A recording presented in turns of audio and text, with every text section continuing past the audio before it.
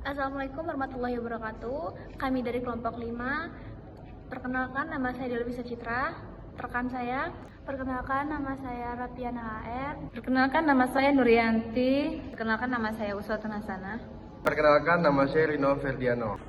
Kelompok rentan merupakan kelompok masyarakat yang memiliki keterbatasan dalam akses pelayanan, contohnya seperti masyarakat miskin, lansia, maupun penyandang disabilitas. Hal ini merupakan mereka sering menghadapi kesulitan dalam bidang pendidikan, kesehatan, maupun ekonomi. Hal tersebut diperlukan pendekatan kolaboratif governance, yaitu kolaborasi antara masyarakat dengan pemerintah ataupun berbagai pihak untuk meningkatkan kualitas pelayanan dan pemberdayaan kelompok untuk kelompok rentan tersebut.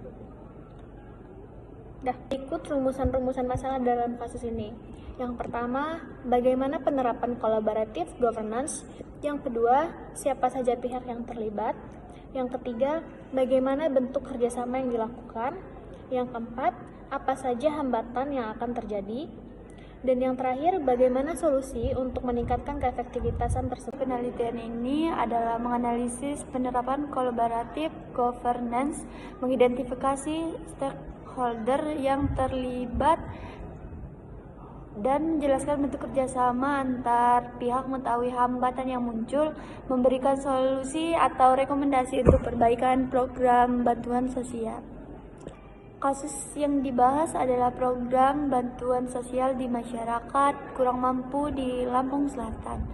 Bentuk bantuan yang diberikan meliputi bantuan tunai, bantuan sembako, bantuan pendidikan, dan bantuan kesehatan.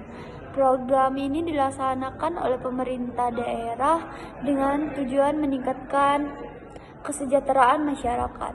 Namun, terdapat beberapa permasalahan utama, yaitu data penerima bantuan yang belum akurat, serta penyaluran bantuan yang terlambat, dan kurangnya transparansi dalam pelaksanaan program bantuan sosial.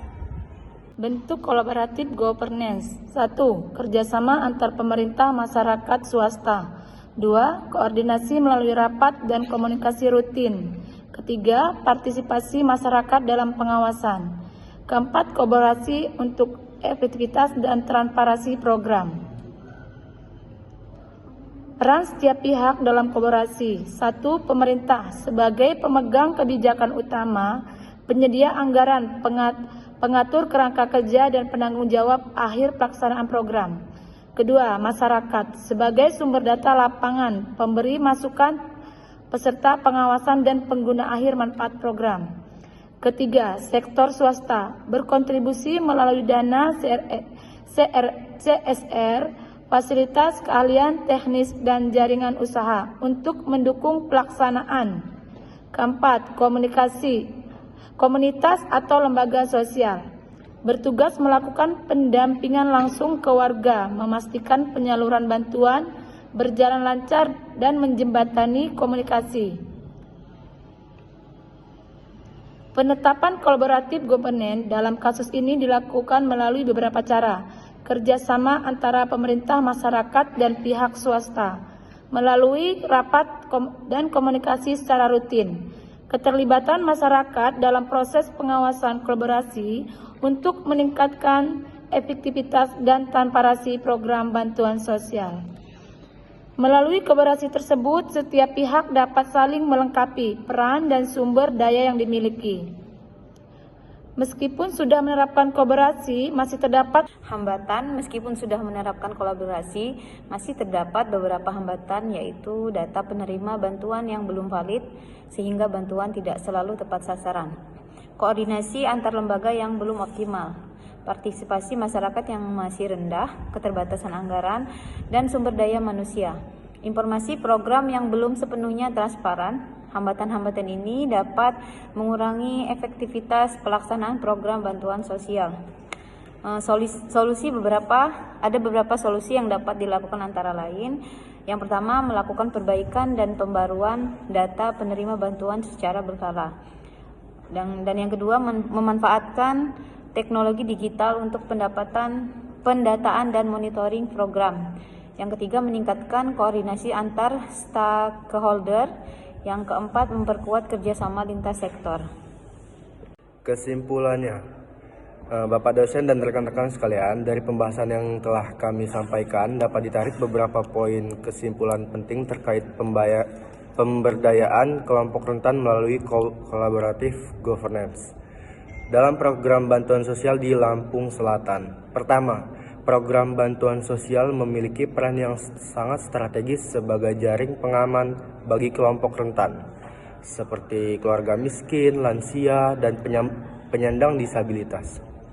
Karena mereka seringkali menghadapi kesulitan mengakses pendidikan, kesehatan, dan kebutuhan ekonomi dasar. Bantuan ini menjadi bentuk kehadiran negara untuk meringankan beban mereka. Kedua, pelaksanaan program bantuan sosial ini tidak dapat dijalankan secara mandiri oleh pemerintah saja. Kendala yang ada mulai dari data yang kurang akurat, penyaluran yang terlambat, hingga kurangnya transparansi, membuktikan bahwa kapasitas pemerintah daerah memiliki keterbatasan jika tidak didukung oleh pihak lain. Ketiga, disinilah peran kunci dari collaborative governance, kerjasama dan kolaborasi yang erat antara pemerintah, masyarakat, dan sektor swasta. Komunitas menjadi faktor penentu keberhasilan program. Tanpa kolaborasi, bantuan berisiko tidak tepat sasaran dan tidak memberikan dampak maksimal. Terakhir, agar kolaborasi ini berjalan dengan baik, diperlukan 3 hal pokok: komitmen bersama, transparansi dalam setiap tahapan, serta partisipasi aktif masyarakat dalam pengawasan dan penyampaian informasi. Jika ketiga hal ini terpenuhi, pemberdayaan kelompok rentan akan lebih efektif dan berkelanjutan.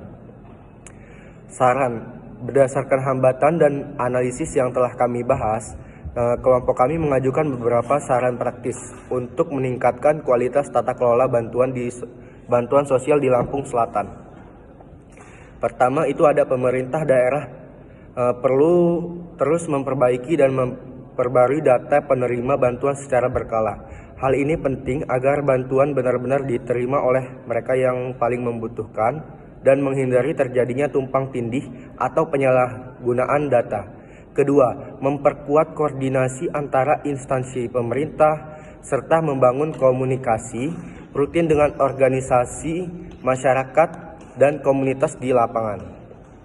Rapat koordinasi tidak hanya dilakukan sesekali, tetapi dijadikan mekanisme tetap untuk memantau perkembangan dan menyelesaikan masalah secara cepat. Ketiga, melibatkan masyarakat secara aktif, baik dalam pendataan awal maupun dalam pengawasan saat penyaluran berlangsung. Masyarakat adalah pihak yang paling tahu kondisi sesungguhnya di lapangan, sehingga mereka sangat membantu perbaikan program. Keempat, ada memanfaatkan teknologi sistem informasi atau aplikasi digital dalam pendataan dan pelaporan.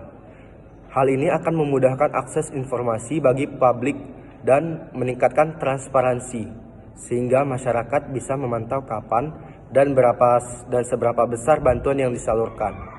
Kelima, menjalin kerjasama yang luas dengan sektor swasta melalui program tanggung jawab sosial, perusahaan CSR, serta melibatkan komunitas lokal untuk pendampingan kepada penerima manfaat, sehingga bantuan tidak hanya bersifat materi, tetapi juga memperdayakan kemandirian mereka.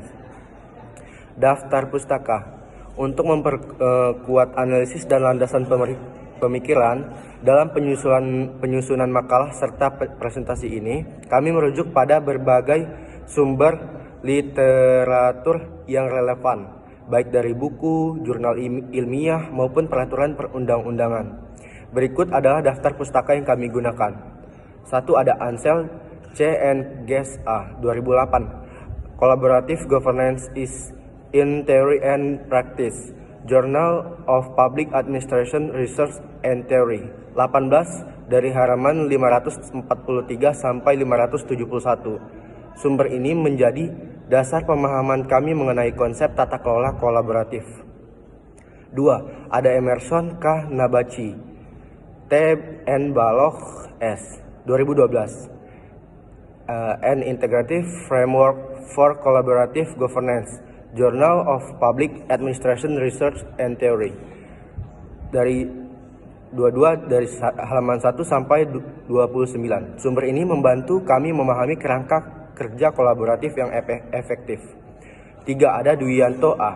2011. Manajemen Pelayanan Publik, Yogyakarta, Gajah Mada Universitas Press. Buku ini memberikan panduan tentang prinsip pelayanan publik yang baik. Nomor 4 ada Sugiono 2017. Metode penelitian kualitatif, kuantitatif, dan R&D Bandung Alfabet digunakan sebagai acuan dalam metode analisis studi kasus ini. Kelima, Undang-Undang Republik Indonesia Nomor 13 Tahun 2011 tentang penanganan fakir miskin sebagai landasan hukum utama dalam pelaksanaan program bantuan sosial. 6. Kementerian Sosial Republik Indonesia 2020. Program bantuan sosial ini di Indonesia Jakarta Kemensos RI. Sumber ini memberikan gambaran kebijakan nasional yang diterapkan di daerah. Demikian pemaparan dari kelompok kami. Kami menyadari masih banyak kekurangan sehingga kami sangat mengharapkan kritik dan saran dari Bapak dosen dan rekan-rekan sekalian. Terima kasih atas perhatiannya. Saya kembalikan ke moderator.